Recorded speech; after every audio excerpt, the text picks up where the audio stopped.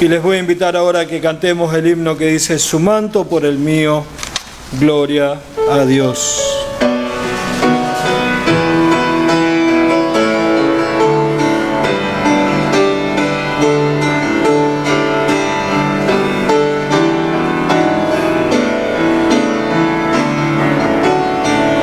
Su manto por el mío, gloria a Dios.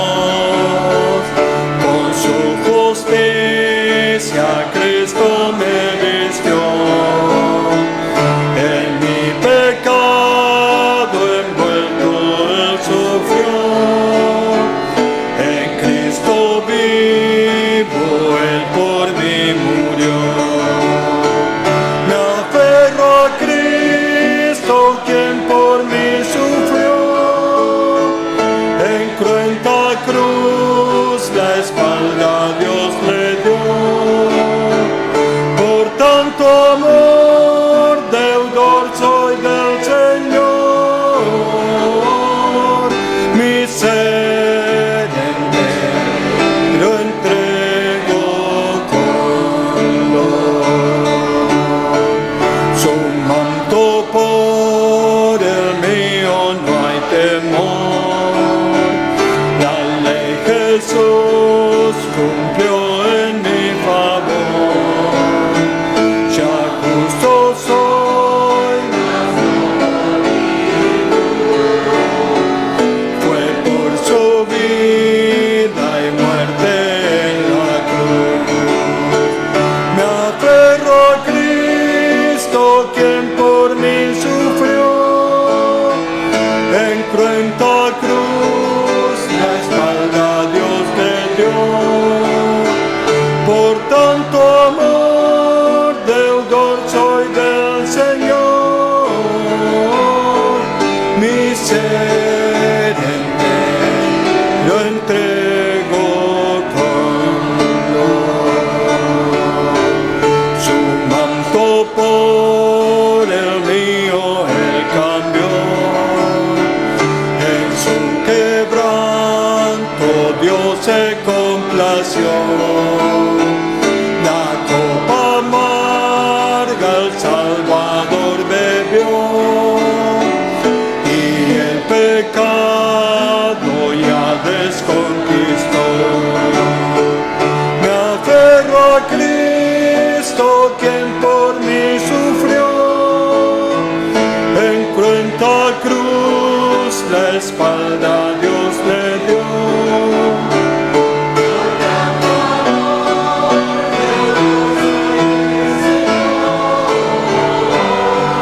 Mi ser entero entrego con dolor. Amén. Amén, porque Él tomó nuestro lugar. Les voy a invitar que nos quedemos así de pie para tener ahora el llamado a la adoración que va a traer el pastor Javier Fernández.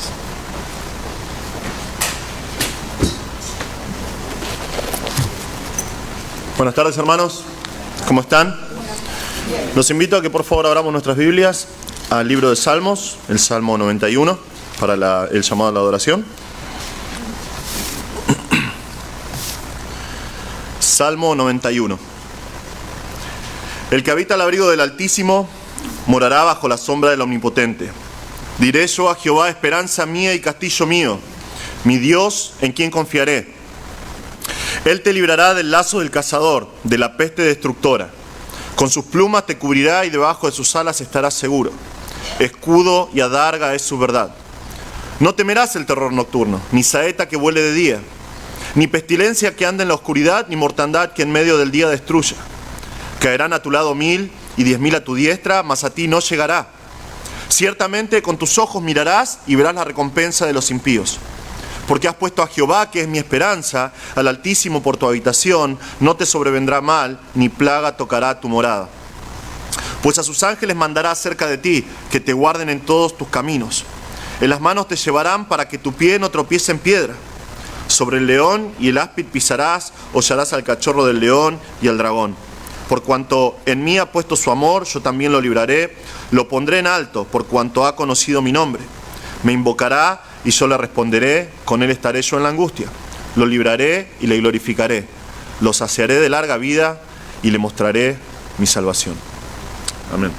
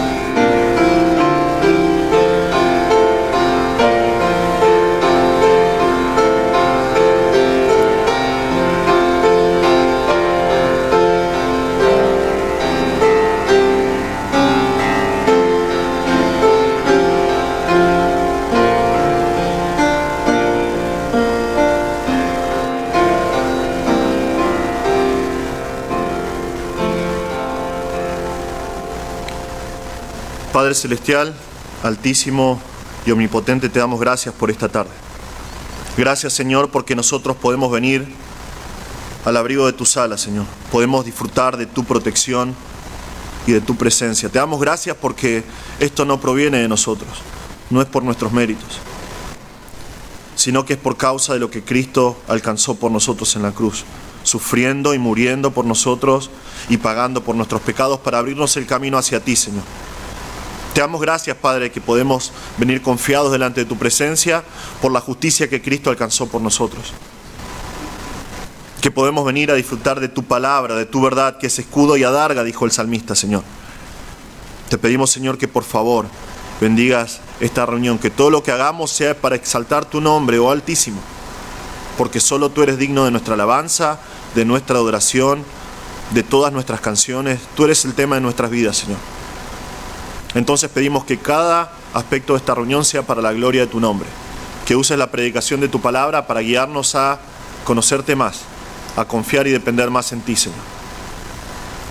Y por favor que la comunión, la dulce comunión entre los santos, también sea para edificarnos y para mostrarle a los demás que tú nos compraste con la sangre de Cristo. Te damos gracias por este tiempo, Señor. Gracias por cada uno que ha venido. Bendice nuestra reunión que hacemos en tu nombre. Amén. Les voy a invitar que así puestos de pie cantemos el himno que dice: mi fe descansa en Jesús y en su redención.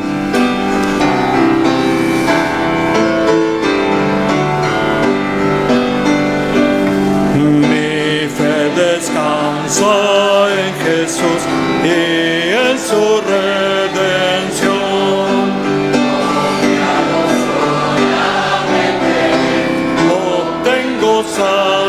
Salvación, no necesito obra hacer ni rito observar, me basta que Jesús murió en mi lugar, su obra suficiente es.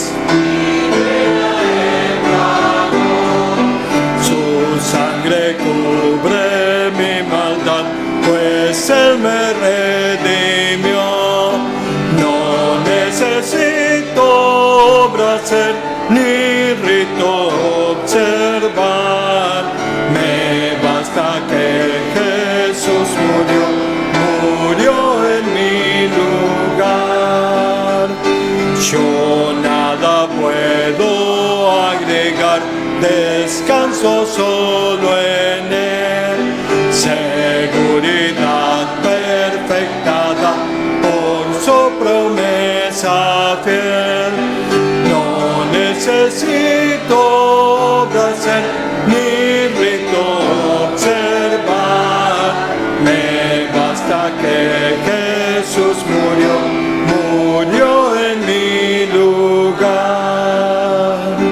Muchas gracias. Pueden tomar sus asientos.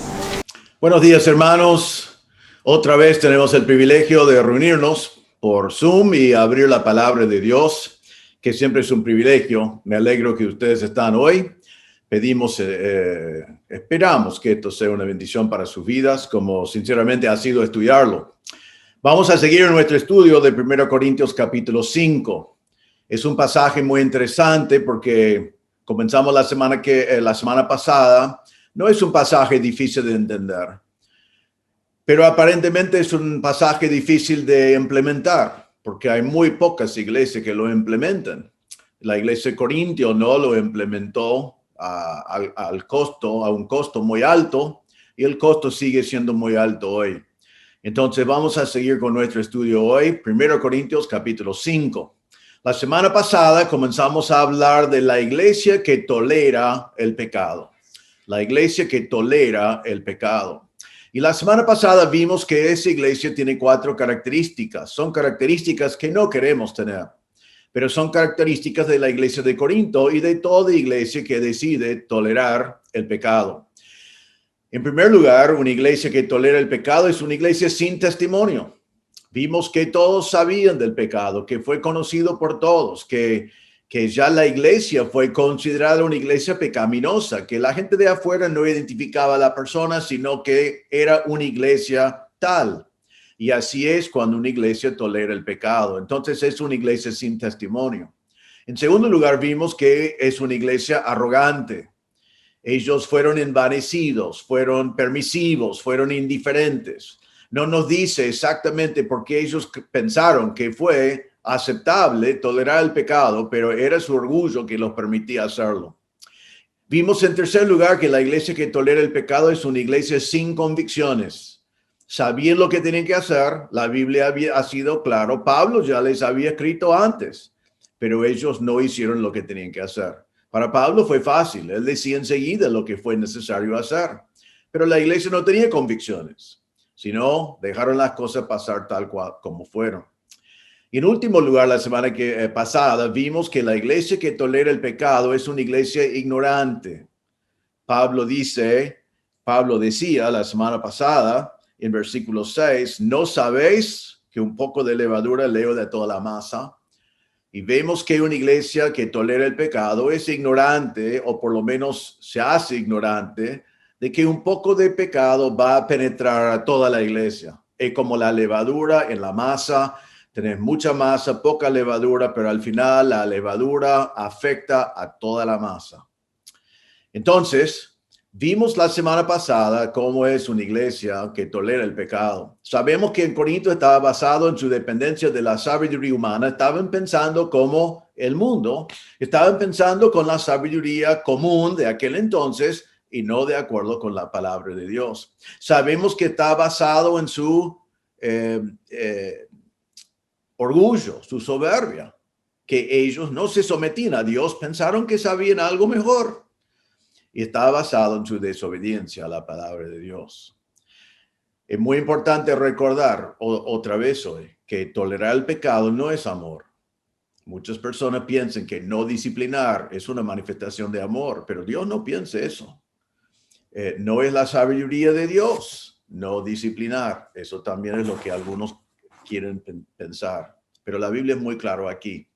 Entonces así son las características de una iglesia que tolera el pecado. Ahora hoy vamos a seguir en el mismo texto. Hoy veremos que Pablo instruyó a ellos y instruye a nosotros sobre las acciones necesarias para no ser una iglesia que tolera el pecado. Las acciones necesarias para no ser una iglesia que tolera el pecado. Son acciones para restaurar su testimonio, para purgar la levadura de la masa, para quitar el pecador de adentro de la congregación y para ser una nueva masa que Dios quiere que seamos. Vamos a leer todo el pasaje otra vez y vamos a ver hoy 4 acciones necesarias para una iglesia que no tolera el pecado.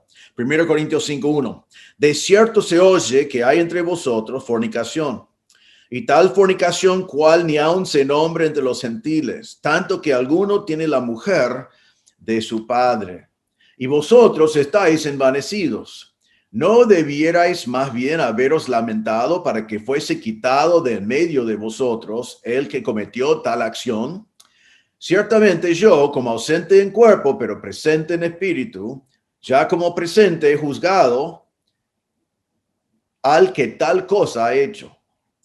En el nombre de nuestro Señor Jesucristo, reunidos vosotros y mi espíritu con el poder de nuestro Señor Jesucristo, el tal se ha entregado a Satanás para destrucción de la carne, a fin de que el espíritu sea salvo en el día del Señor Jesucristo. No es buena vuestra jactancia. ¿No sabéis que un poco de levadura leo de toda la masa? Limpiaos pues de la vieja levadura, para que seáis nueva masa, sin levadura como sois. Porque nuestra Pascua, que es Cristo, ya fue sacrificado por nosotros. Así que celebremos la fiesta, no con la vieja levadura, ni con la levadura de malicia y de maldad, sino con panes sin levadura, de sinceridad y de verdad. Os he escrito por carta que no os juntéis con los fornicarios, no absolutamente con los fornicarios de este mundo, o con los avaros, o con los ladrones, o con los idólatras, pues en tal caso os sería necesario salir del mundo. Más bien os escribí que no os juntéis con ninguno que, llamándose hermano, fuere fornicario, o avaro, o idólatra, o maldiciente, o borracho, o ladrón. Con el tal ni aun comáis. Porque, ¿qué razón tendría yo para juzgar a los que están fuera? ¿No juzgáis vosotros a los que están dentro? Porque a los que están fuera Dios juzgará. Quitad, pues, a ese perverso de entre vosotros. Muy bien. 4 acciones necesarias de una iglesia que no tolera el pecado. El primero vemos en versículos 7 y 8. La primera acción es un mandato y es limpiaos. Limpiaos. Ahora vamos a ver ese mandato primero, pero vamos a entender versículos 7 y 8 para entender qué significa el mandato limpiaos. Mire que dice, limpiaos pues de la vieja levadura para que seáis nueva masa sin levadura como sois, porque nuestra Pascua, que es Cristo, ya fue sacrificado por nosotros. Necesitamos hablar un poco otra vez en esta semana sobre la levadura. Vimos la semana pasada cómo utilizaron un pedazo de la masa de una semana, lo prepararon para la otra semana y eso penetraba todo. Pero hoy vamos a hablar también de la levadura porque en la palabra de Dios y a los lectores de esta carta entendieron mejor que nosotros lo que Pablo estaba diciendo acá. Primero está hablando de levadura y debemos pensar en la levadura en el Antiguo Testamento. Recuerden que cuando Israel salió de Egipto en la primera Pascua, cuando el ángel pasó por el campamento y mató al primogénito a todas las familias de los egipcios, que los israelitas habían puesto la sangre en los postes de su puerta y ninguno de sus primogénitos murieron y después ellos se fueron de Egipto y llevaron pan sin levadura porque no tenían tiempo para que el pan sea leudado. Entonces, eso fue marcado en la palabra de Dios como algo que ellos tenían que recordar, que cómo Dios obró en Egipto para que ellos podían salir. Entonces, habla de esa fiesta. Tenemos la Pascua, nosotros conocemos esa palabra, pero con la Pascua, los judíos celebran y fueron instruidos a celebrar la fiesta de los panes sin levadura. Las instrucciones para eso se encuentran en Éxodo 12, 15 y 12, 19 y 20. Y vamos a leerlo y quiero que presten atención a qué pasaba con la levadura. Dice así, 7 días comeréis panes sin levadura. Eso es en la fiesta de los panes sin levadura. Son 7 días pegado con la Pascua. 7 días comeréis panes sin levadura. Y así el primer día haréis que no haya levadura en vuestras casas. Porque cualquiera que comiere leudado desde el primer día hasta el séptimo será cortado de Israel. Por 7 días no se hallará levadura en vuestras casas, porque cualquiera que comiere leudado, así extranjero como natural del país, será cortado de la congregación de Israel. Ninguna cosa leudada comeréis. En todas vuestras habitaciones comeréis panes sin levadura. Entonces las instrucciones son muy claras. Por esos 7 días no tiene que ser encontrado levadura en la casa. No en la casa, no en la habitación, no encuentra, no se halla. Así fueron las instrucciones. Ni una gota, ni un pedacito, ni un gramo, nada. 0 levadura en sus casas. Ahora, en Éxodo capítulo 13, versículos 6 y 7, encontramos realmente un pasaje paralelo y dice así: 7 días comerás pan sin leudar y el 7º día será fiesta para Jehová. Por los 7 días se comerán los panes sin levadura y no se verá contigo nada leudado ni levadura en todo tu territorio. Primero en la casa, ahora en todo el territorio. Nada, ni un gramo de levadura, nada. Otra vez en Deuteronomio 16, 3 y 4, dice: no comerás con ella pan con levadura. 7 días comerás con ella pan sin levadura, pan de aflicción. Porque aprisa saliste de tierra de Egipto, para que todos los días de tu vida te acuerdes del día en que saliste de la tierra de Egipto. Y no se verá levadura contigo en todo tu territorio por 7 días, 7 días. Y de la carne que matares en la tarde del primer día no quedará hasta la mañana. Entonces aquí tenemos un poquito más de explicación de esto. Salieron de aprisa de Egipto. Esto era para recordar. Era como nuestra cena del Señor, que lo hacemos para recordar de lo que hizo Jesús. Esto era para Israel, para que se acordara de lo que Dios hizo por ellos y no tienen que encontrar ni un gramo de levadura en ningún lugar. Ahora, hoy en día, los judíos ortodoxos que celebran la fiesta de los panes sin levadura, tienen una tradición para recordar de eso. Realmente los padres ponen un poquito de pan, un poco de levadura y lo esconden en distintos lugares en la casa. Y la noche antes de la fiesta, los niños tienen que pasar por toda la casa buscando todo el pan y toda la levadura. Es como que un cazar, van cazando, buscando eso.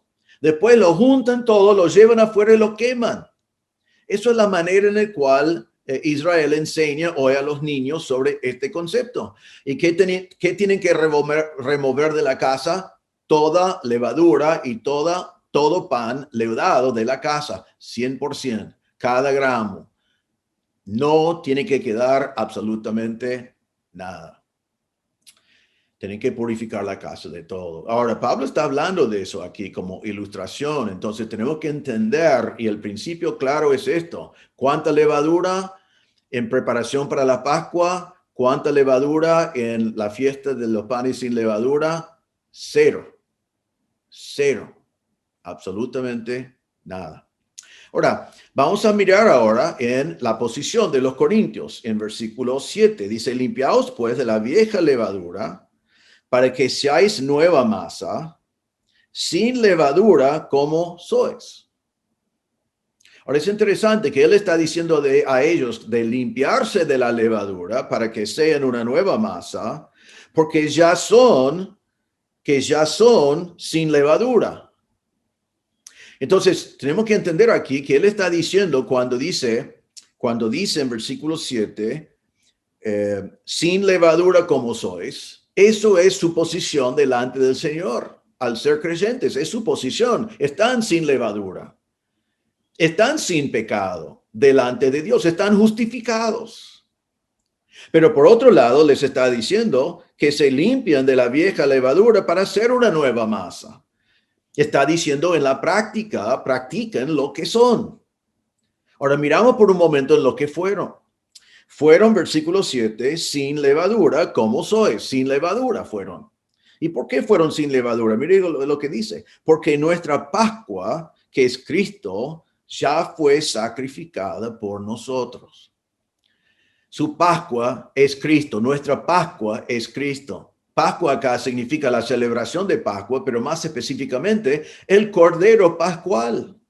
El Cordero que murió para salvar al primogénito de los israelitas en Egipto. Ahora, Cristo es nuestro Cordero Pascual porque Él murió en nuestro lugar. Y dice que nuestra Pascua, nuestro Cordero Pascual, que es Cristo, ya fue sacrificado por nosotros.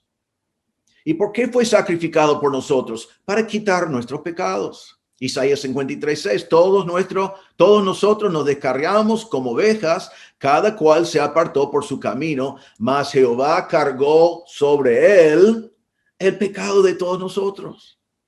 Nuestro Cordero Pascual llevó nuestros pecados. 100% de nuestros pecados fueron cargados sobre él. Juan el Bautista miró en Jesús y dijo así en Juan 1:29. He aquí el Cordero de Dios que quita el pecado del mundo.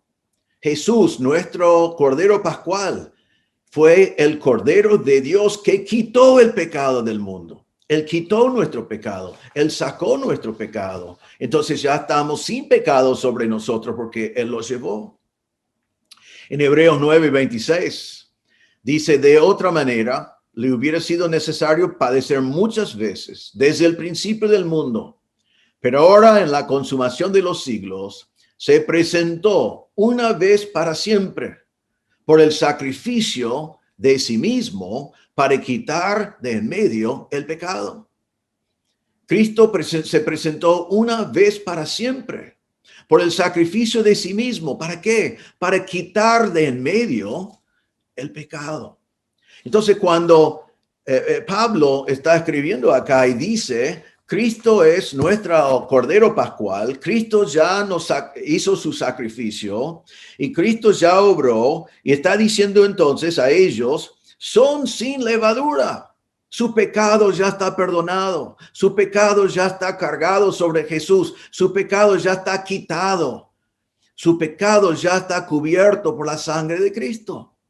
Entonces están sin levadura en su posición delante de Dios, porque ¿quién removió la levadura? ¿Quién removió el pecado? Nuestro Señor, el Señor Jesucristo, nuestro Salvador. Entonces somos nueva masa, somos sin levadura.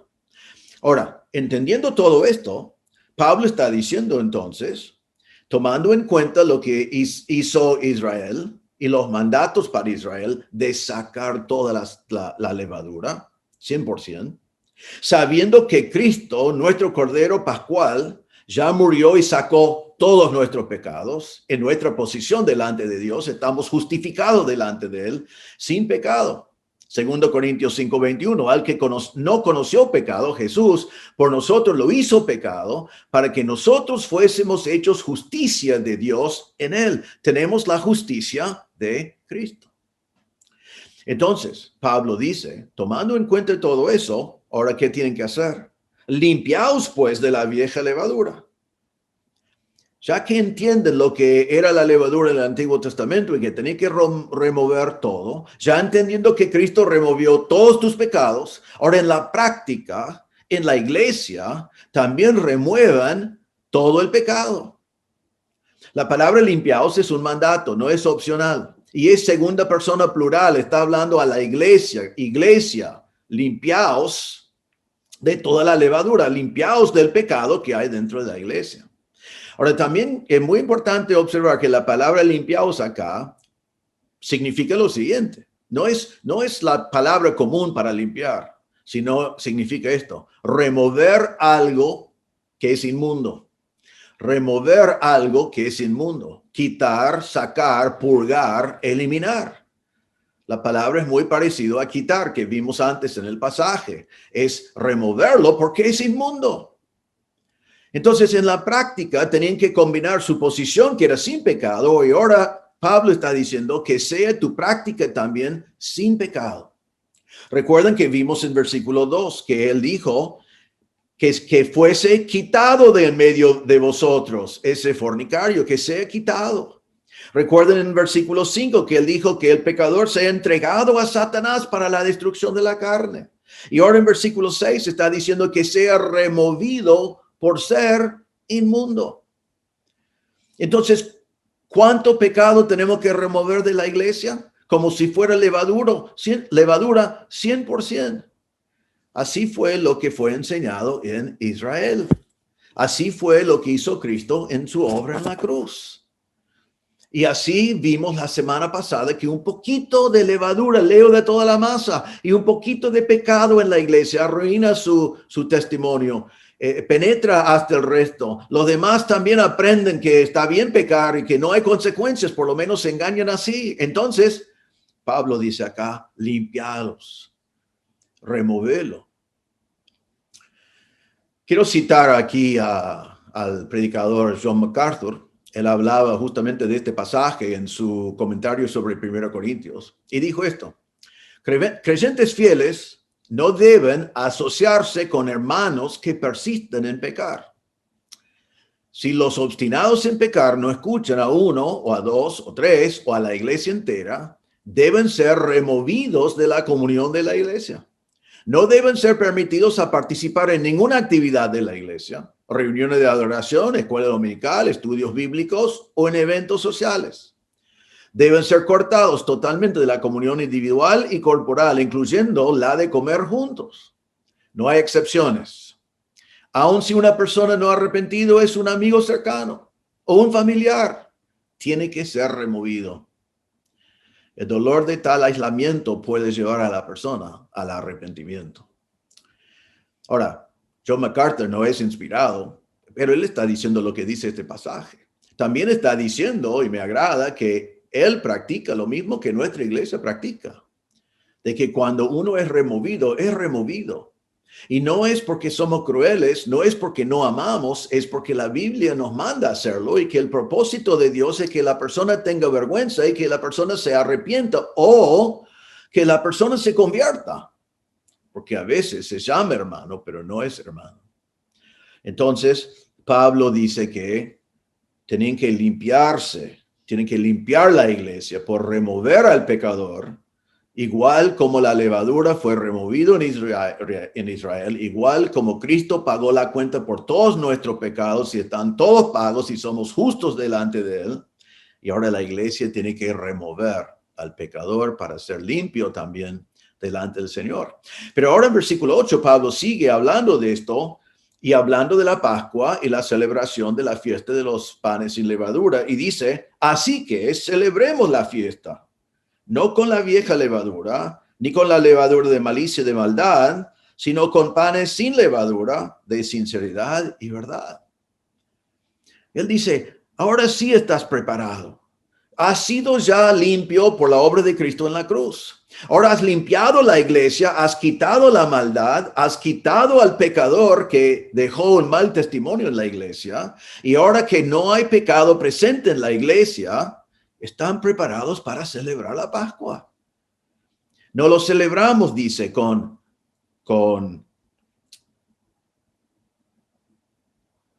la vieja levadura. Está hablando otra vez del versículo 1, del fornicario que ha sido removido.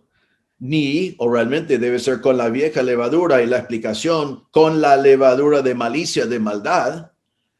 Malicia es depravación, malignidad. No celebramos ya con esa depravación y malignidad adentro. Maldad será traducido en versículo 13 como perverso, es la misma palabra.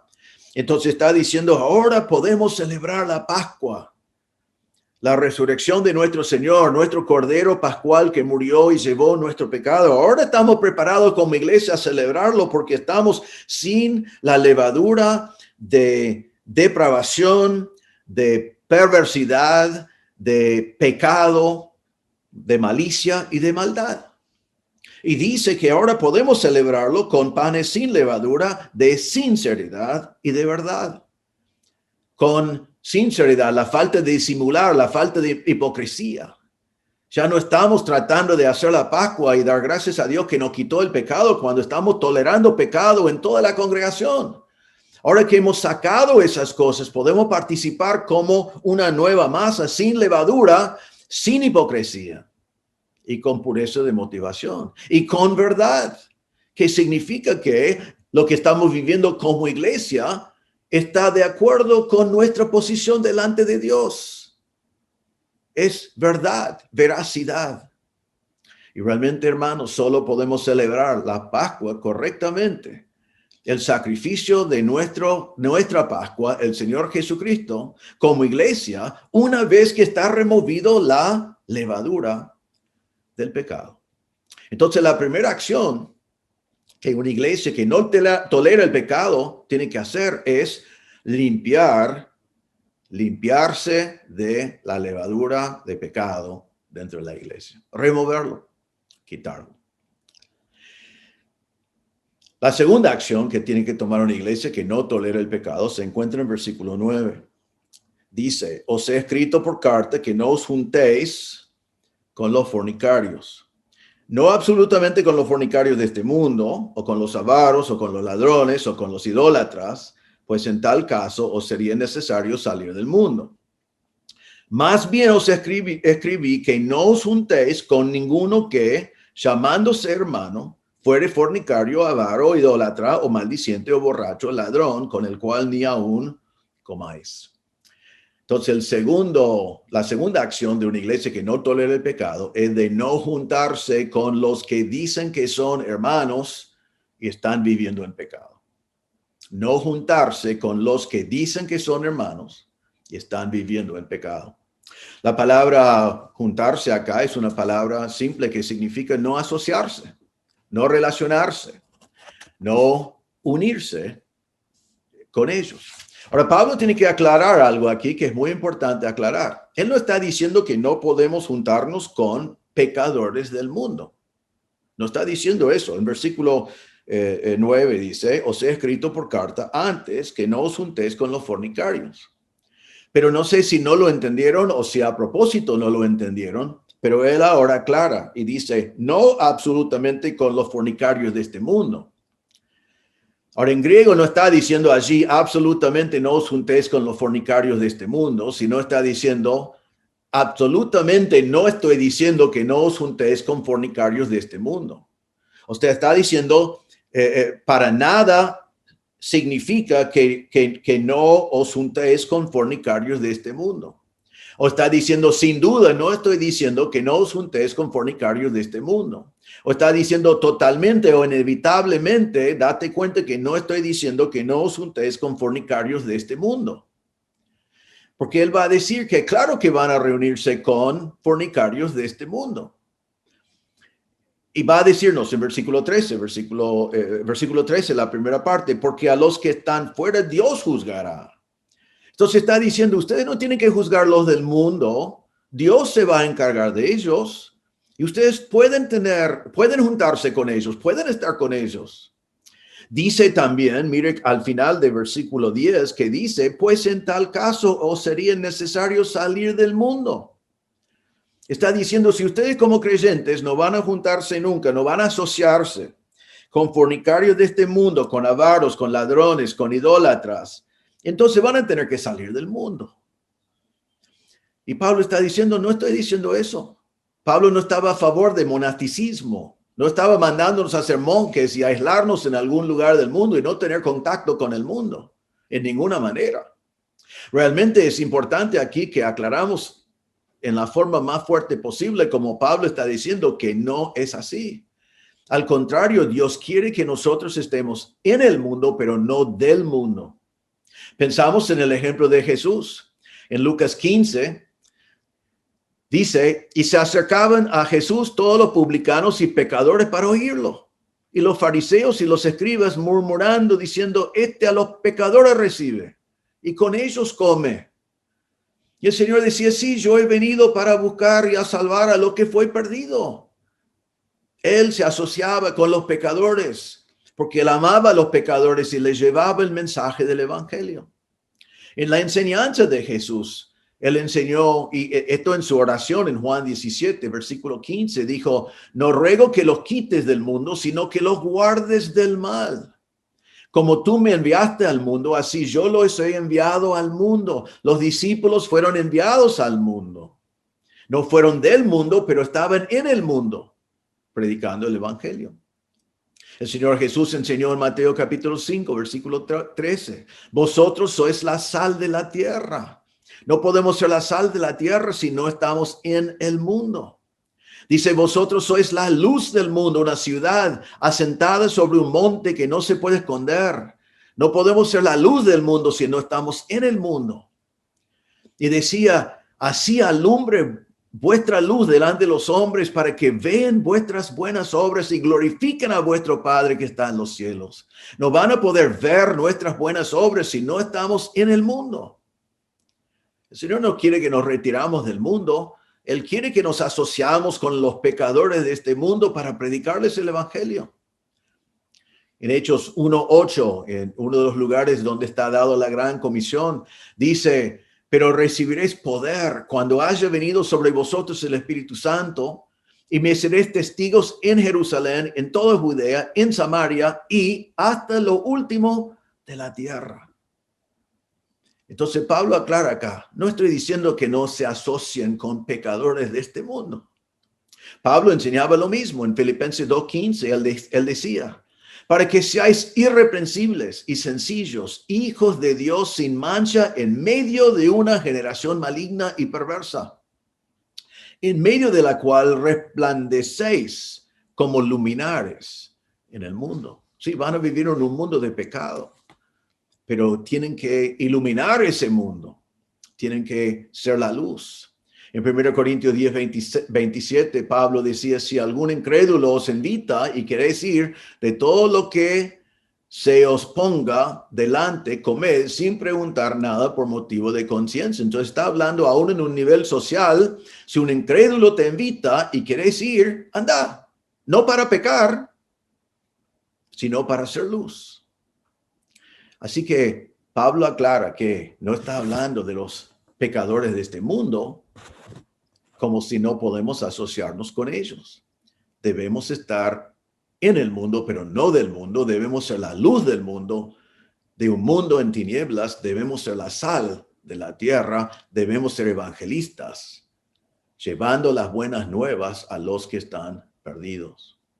Pero ¿qué entonces es lo que Pablo está diciendo acá? Porque la segunda acción de la iglesia es no juntarse con los que llamándose hermanos fueron fornicarios, avaros, idólatras, maldicientes, borrachos, ladrones. Entonces, primero es importante marcar esto. No está diciendo de no asociarse con pecadores, porque todos somos pecadores.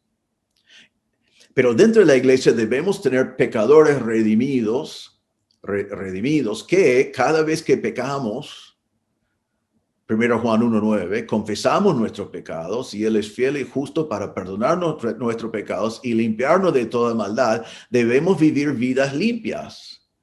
Y cuando pecamos, confesamos con arrepentimiento y Él nos limpia y nos perdona y seguimos con el Señor. Pero vemos que las personas de que Pablo está hablando aquí son personas que están pecando obstinadamente. Son pecados de estilo de vida. Son maneras de vivir que son pecaminosos. Rápidamente, versículo 11, más bien os escribí que no os juntéis con ninguno que llamándose hermano fuere fornicario. Otra vez, como vimos la semana pasada, es uno que dice que es hermano, pero practica inmoralidad sexual. Lo practica. Está viviendo con alguien, lo está haciendo continuamente, está practicando ese pecado. No solamente cometió fornicación, es un fornicario. El avaro es la persona que practica codicia, es insaciable, siempre desea más. Su vida está marcada por su avaricia, es su manera de vivir. Dice el idólatra, es la persona que adora imágenes, la persona que tiene otro Dios más allá del Dios verdadero. Y eso había en Corinto personas así. Y Pablo está hablando de ellos y va a hablar de eso en 1 Corintios 10. Después dice, maldiciente. Eso es la persona abusivo, agraviados, que usa palabras amargas y duras. Su manera de ser es abusivo con sus palabras, con su manera de comunicarse con los que están alrededor. Después dice el borracho, y la palabra borracho aquí es una palabra griega que significa borracho. Y vamos a ver que ellos se estaban emborrachando aún en la cena del Señor. En 1 Corintios 11:21 dice, porque al comer en la cena del Señor, cada uno se adelanta a tomar su propia cena y uno tiene hambre y otro se embriaga. Y estas personas eran borrachos que vivieron borrachos como estilo de vida. Y después dice en versículo 11, o ladrón. Y no solamente está hablando de ladrón que entra en su casa y lleva cosas, sino la palabra significa un estafador. Alguien que comete fraude, alguien que es rapaz, voraz, alguien que vive para eso.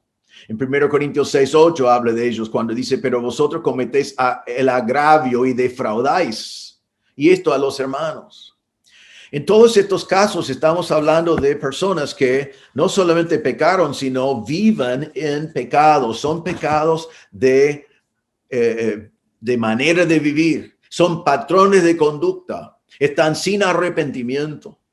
Ahora, pero Pablo también identifica así, dice, hacen todas estas cosas y viven así, pero se llaman hermanos. Dice, llamándose hermanos. Ahora, debemos recordar que cuando disciplinamos a una persona así y no nos juntamos con él y lo removemos de la iglesia, es posible que no solamente estamos disciplinando a un hermano que necesita avergonzarse, arrepentirse y ser restaurado.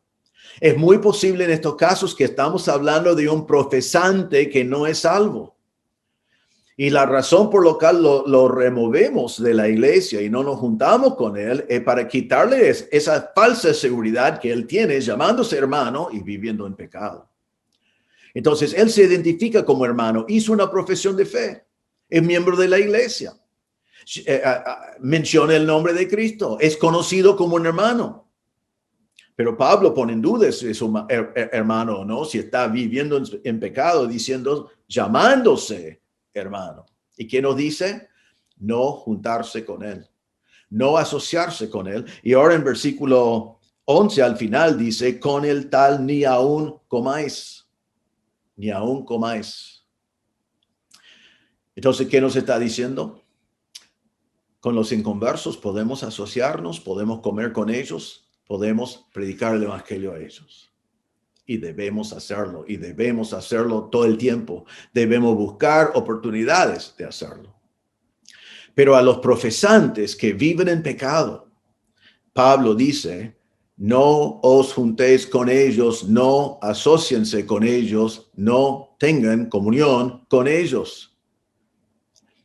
Para que ellos sepan que su profesión está en duda, que ellos comiencen a cuestionar su profesión de fe, que comiencen a ver que su manera de vivir no es digno de un hijo de Dios, que los lleva al arrepentimiento, en algunos casos que los lleva a conversión.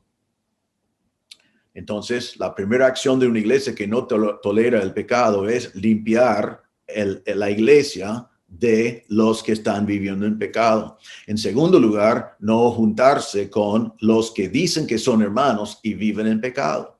¿Y cómo hace la iglesia eso? Lo hace cuando vos y vos y vos y vos y vos y yo obedecemos este pasaje.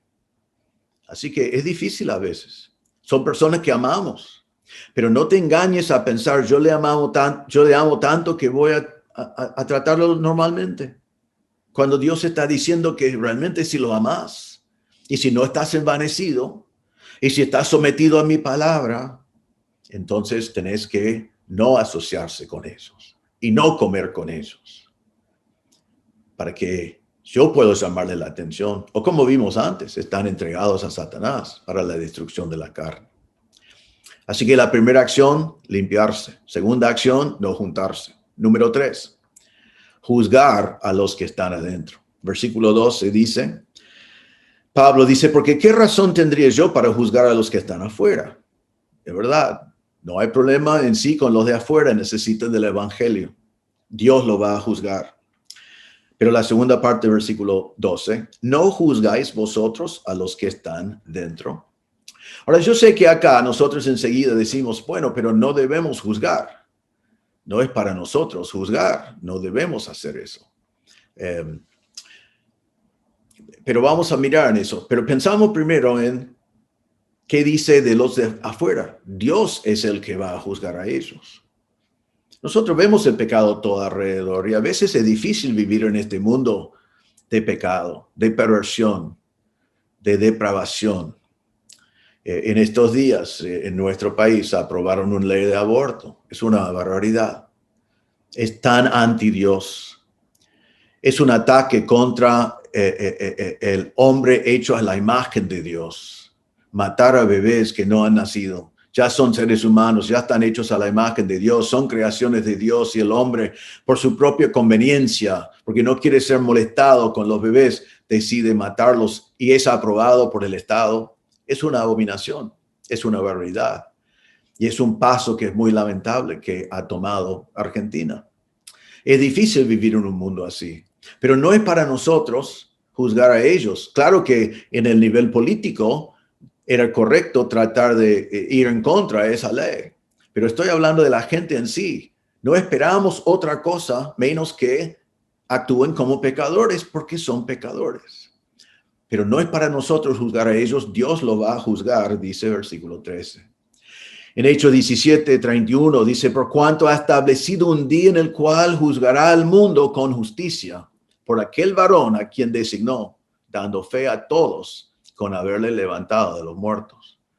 Hay un día establecido, Dios va a juzgar al mundo con justicia por medio del Señor Jesucristo. Conocemos todos nosotros lo que la Biblia llama el juicio del gran trono blanco. En Apocalipsis capítulo 20, versículo 11 en adelante, Dios va a cumplir con la promesa de juzgar a los que están afuera. Allí en Apocalipsis dice, vi un gran trono blanco y al que estaba sentado en él, de delante del cual huyeron la tierra y el cielo, y ningún lugar se encontró para ellos.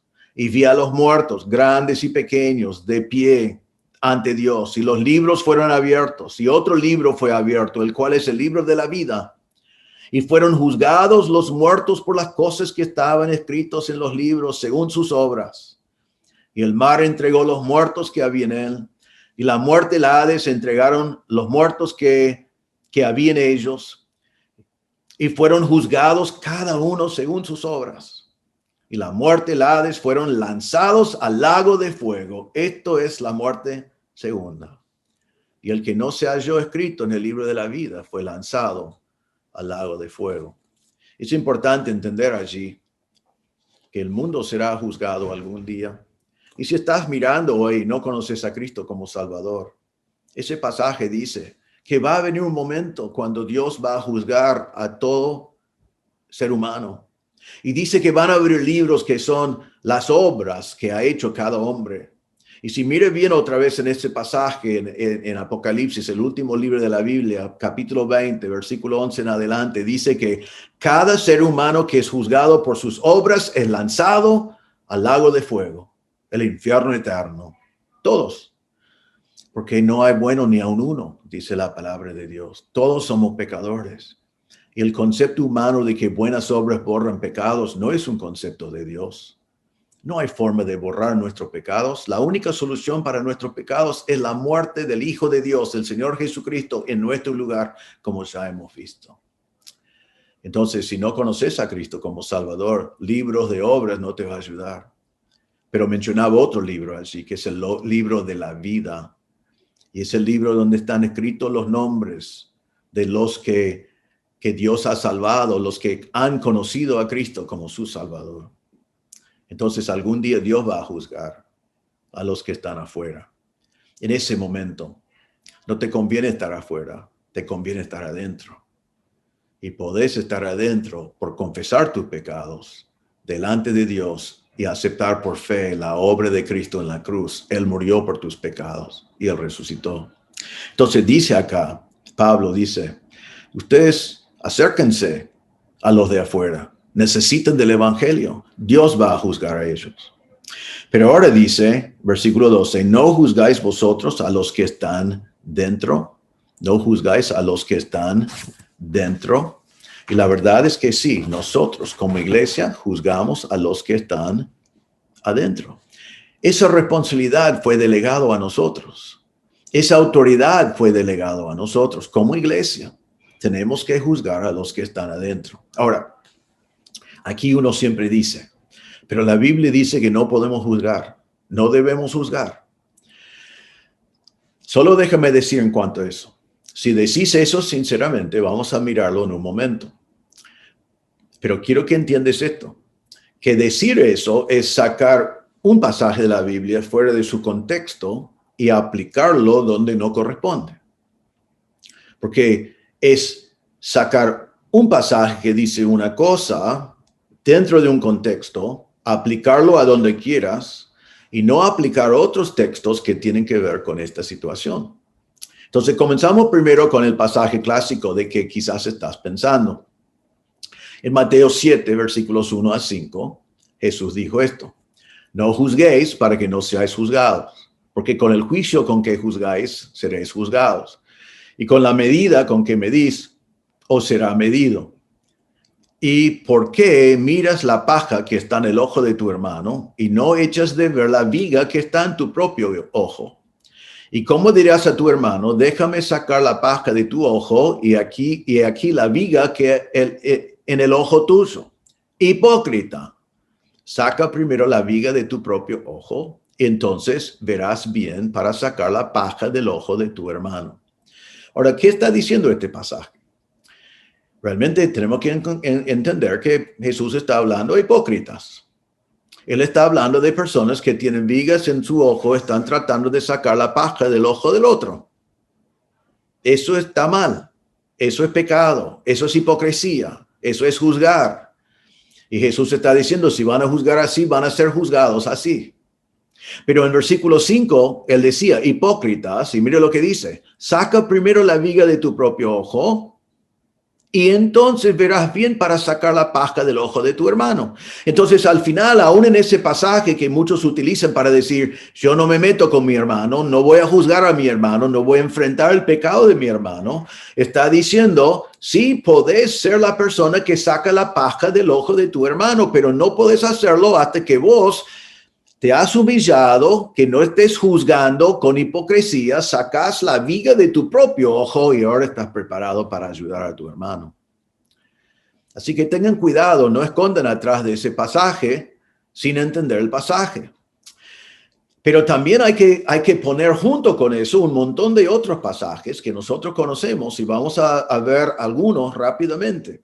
Son clásicos, ustedes lo conocen, pero es muy importante que los practicamos para que no seamos una iglesia como la de Corinto, que toleraba el pecado. Mateo 18, 15 a 17.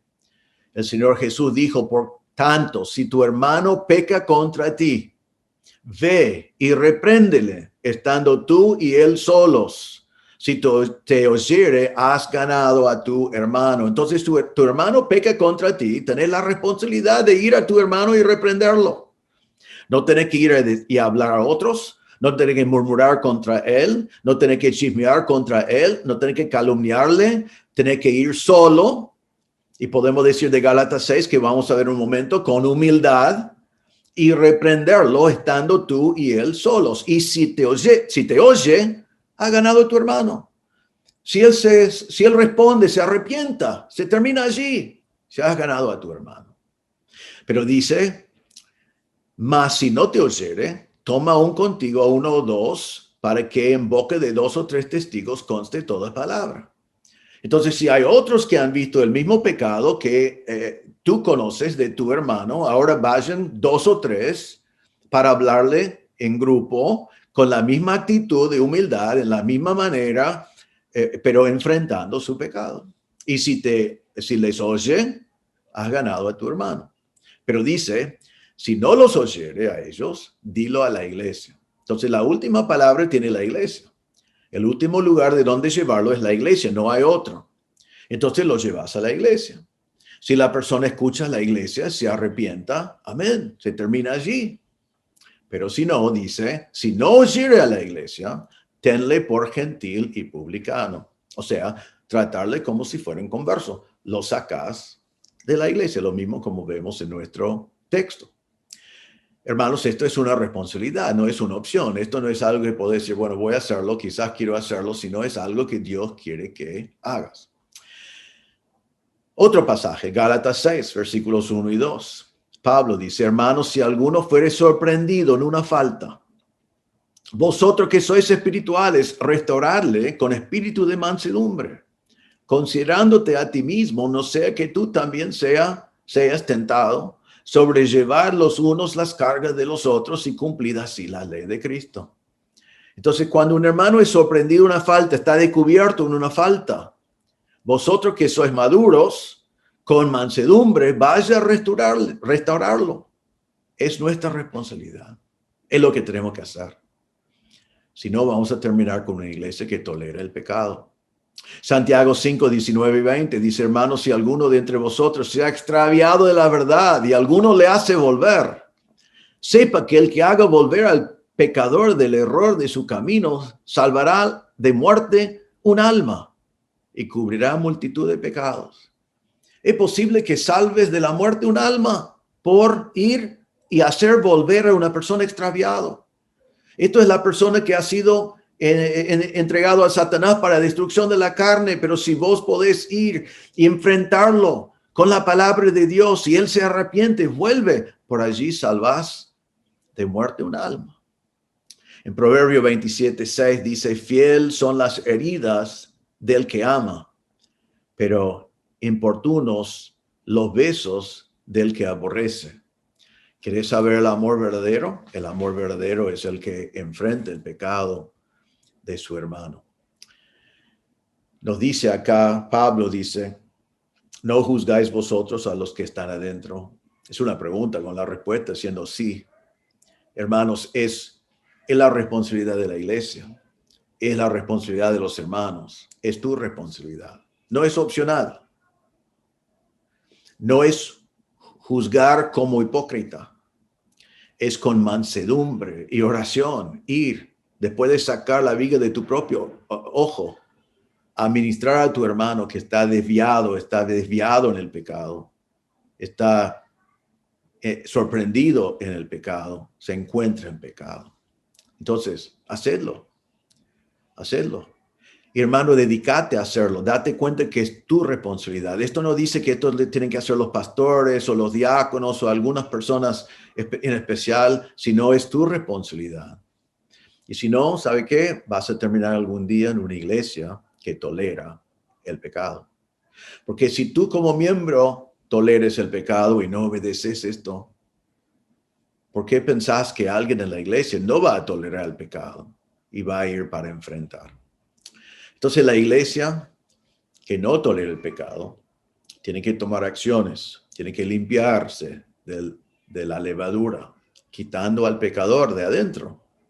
Tiene que no juntarse, no asociarse con los que se dicen ser hermanos y están viviendo en pecado. Tiene que juzgar a los que están en la iglesia viviendo en pecado. En último lugar, en versículo 13, la última acción de una iglesia que no quiere tolerar el pecado es quitar al perverso de entre vosotros. Versículo 13.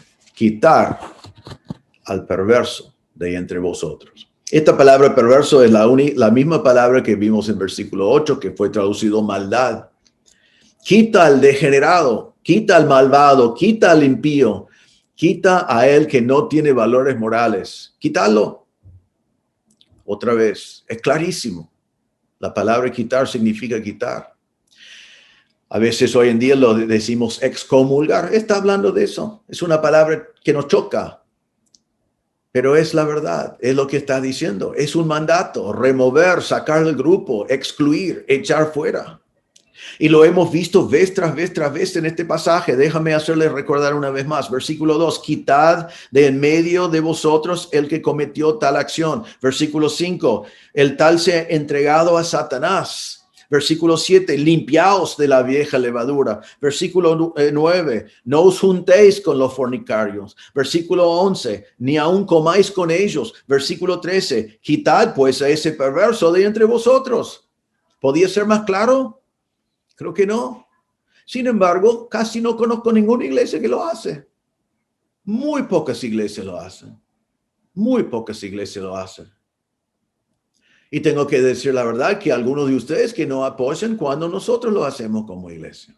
No muchos de ustedes, pero algunos. Y muchos dicen que es falta de amor.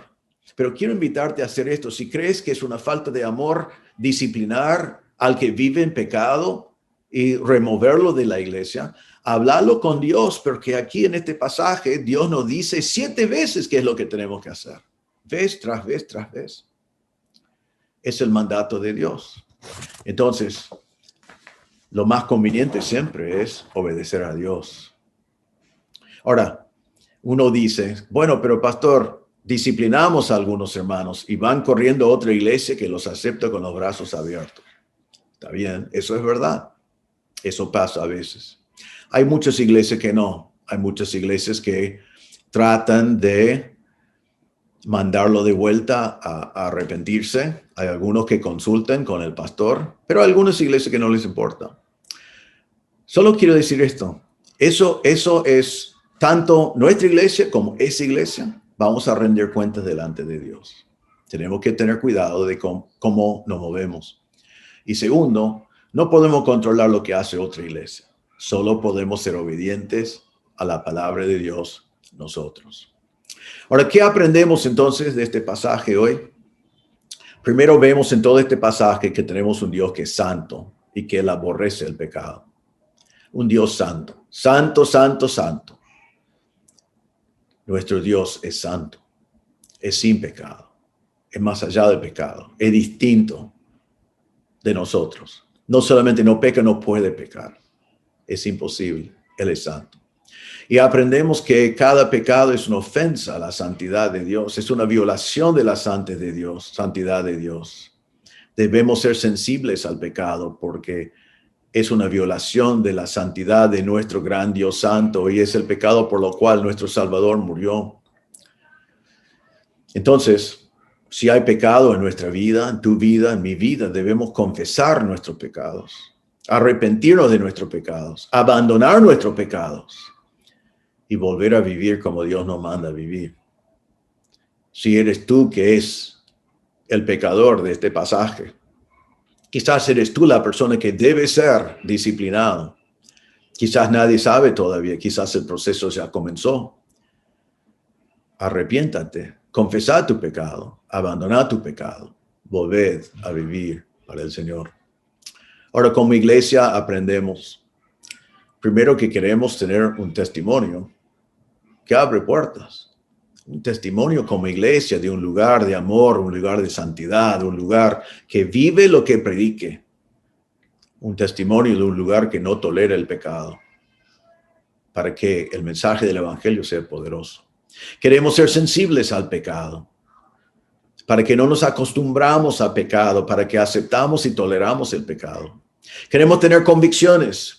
Y aún en un pasaje así que es difícil poner en práctica, es difícil a veces cuando amamos mucho a la persona entender que la disciplina que Dios pone es lo mejor para esa persona.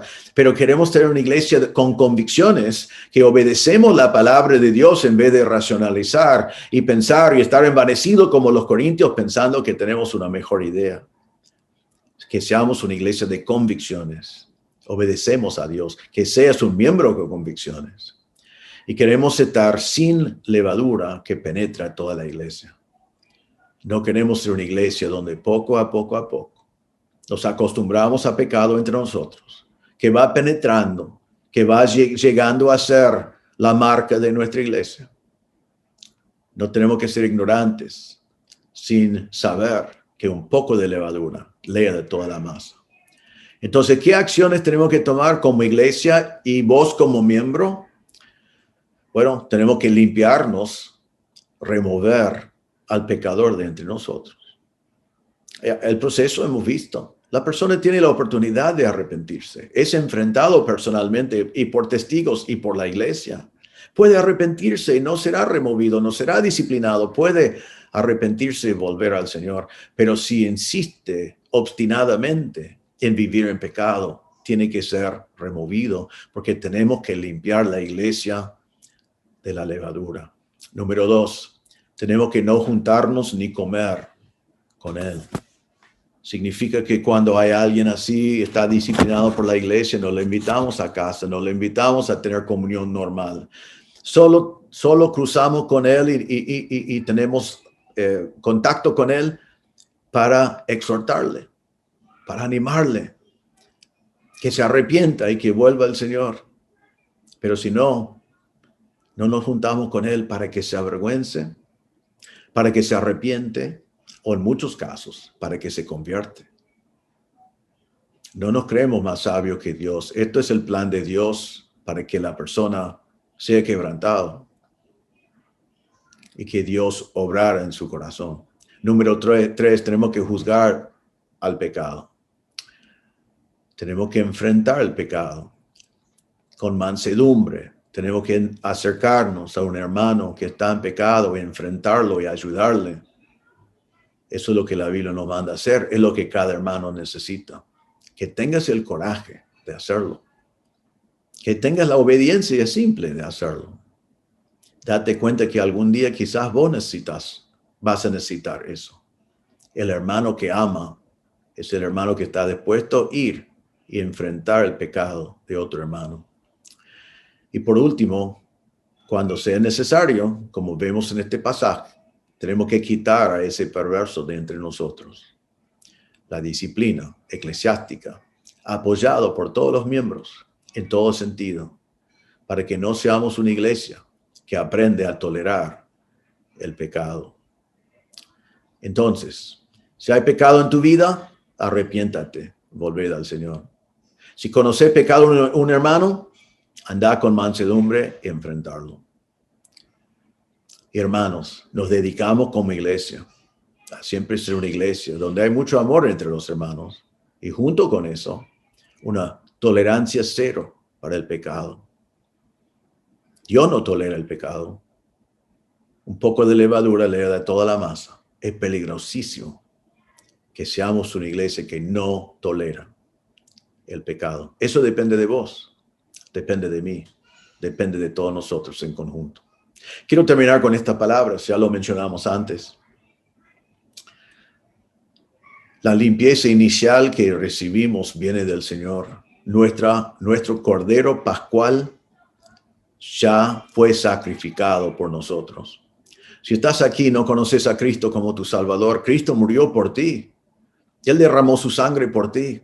La Biblia dice que todos somos pecadores y que la paga del pecado es la muerte. Hemos visto el juicio de Dios final en el gran trono blanco, que los que no han creído en Cristo como su Salvador serán echados al lago de fuego. No importa lo que está escrito en su libro de obras. Ninguna obra te ayuda en ese momento. La única obra que te sirve en ese momento no es tu obra, sino es la obra de Cristo en la cruz. Y una vez más, en Isaías 53:6 dice que Jehová cargó sobre él los pecados de todos nosotros. En Juan 1, Juan el Bautista dijo, he aquí el Cordero de Dios, Jesús, el Cordero de Dios, que quita el pecado del mundo. Si no has confiado en Cristo como tu Salvador, vaya a Cristo ahora mismo. Dígale al Señor en tu corazón, Él está aquí, Él está presente, Él puede ver tu corazón. Decirle al Señor, Señor, soy un pecador, estoy en camino al infierno. Me doy cuenta, pero no tengo solución dentro de mí. Pero me arrepiento de mi pecado y entiendo que Jesús murió por mis pecados, para quitar todos mis pecados, para salvarme, para darme vida eterna, para darme perdón. En este día pongo mi fe en Cristo como Salvador, pido que me salves. Y Él te salvará si eso es la realidad de tu corazón. Es por eso que murió. Murió en tu lugar para darte vida eterna. Vamos a orar. Señor, te damos gracias que este pasaje es tan claro. Reconocemos que debe ser difícil de hacer porque muy pocas iglesias lo hacen. Pero te damos gracias que es simple, ha sido muy claro. Ayúdanos, Señor, que nuestra iglesia, algún día cuando Cristo venga por nosotros, que encuentre una iglesia que no tolera el pecado.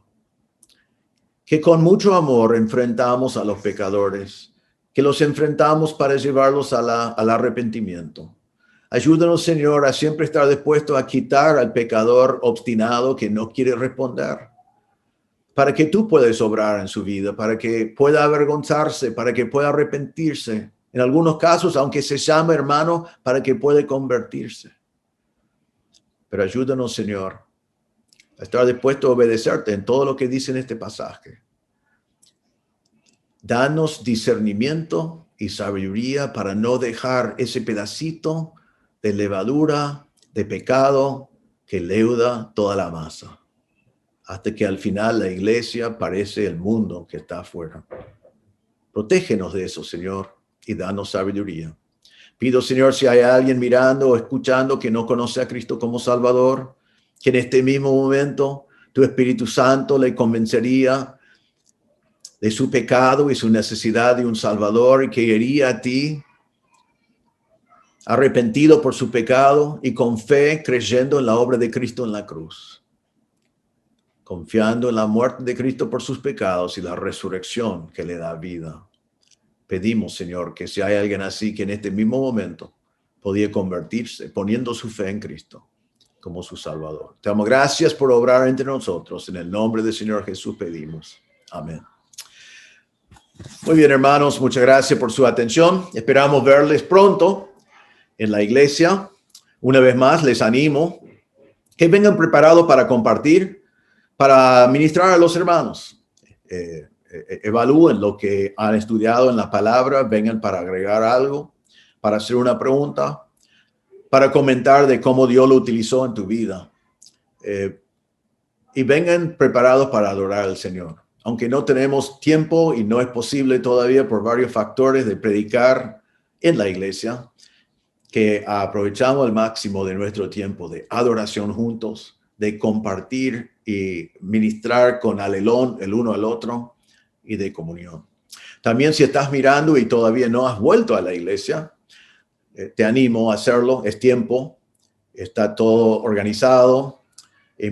Nos hemos reunido ya por meses. Gracias a Dios nadie se ha enfermado. Estamos siguiendo los protocolos con mucha exigencia y sobre todo Dios nos está protegiendo. Pero la Biblia dice que tenemos que congregarnos. Es necesario congregarnos. Entonces te animo, si no has vuelto todavía, que lo hagas. Vamos a agregar reuniones cuando sea necesario para que toda la congregación tenga la oportunidad de congregarse. La iglesia es un lugar donde predicamos la palabra, pero también es un lugar donde practicamos alelón, utilizamos nuestros dones, ministramos los unos a los otros, adoramos al Señor juntos y disfrutamos de comunión. Así que el Señor les bendiga y esperamos verte en este fin de semana en la iglesia. Les voy a invitar a que nos pongamos de pie. Vamos a cantar 2 estrofas del himno que dice: aprisa, iglesia, tu Señor espera.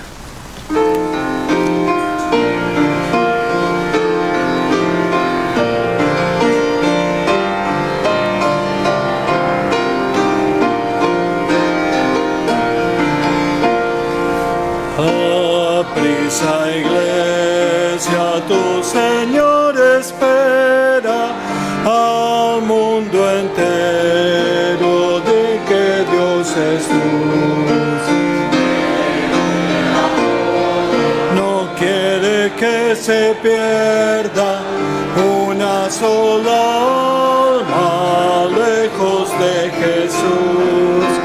Nuevas proclama de gozo y paz, nuevas de Cristo, salud y libertad. Ve cuántos miles yacen retenidos por el pecado en logre de la prisión. No saben de aquel que ha sufrido en vida y cruz por darle redención.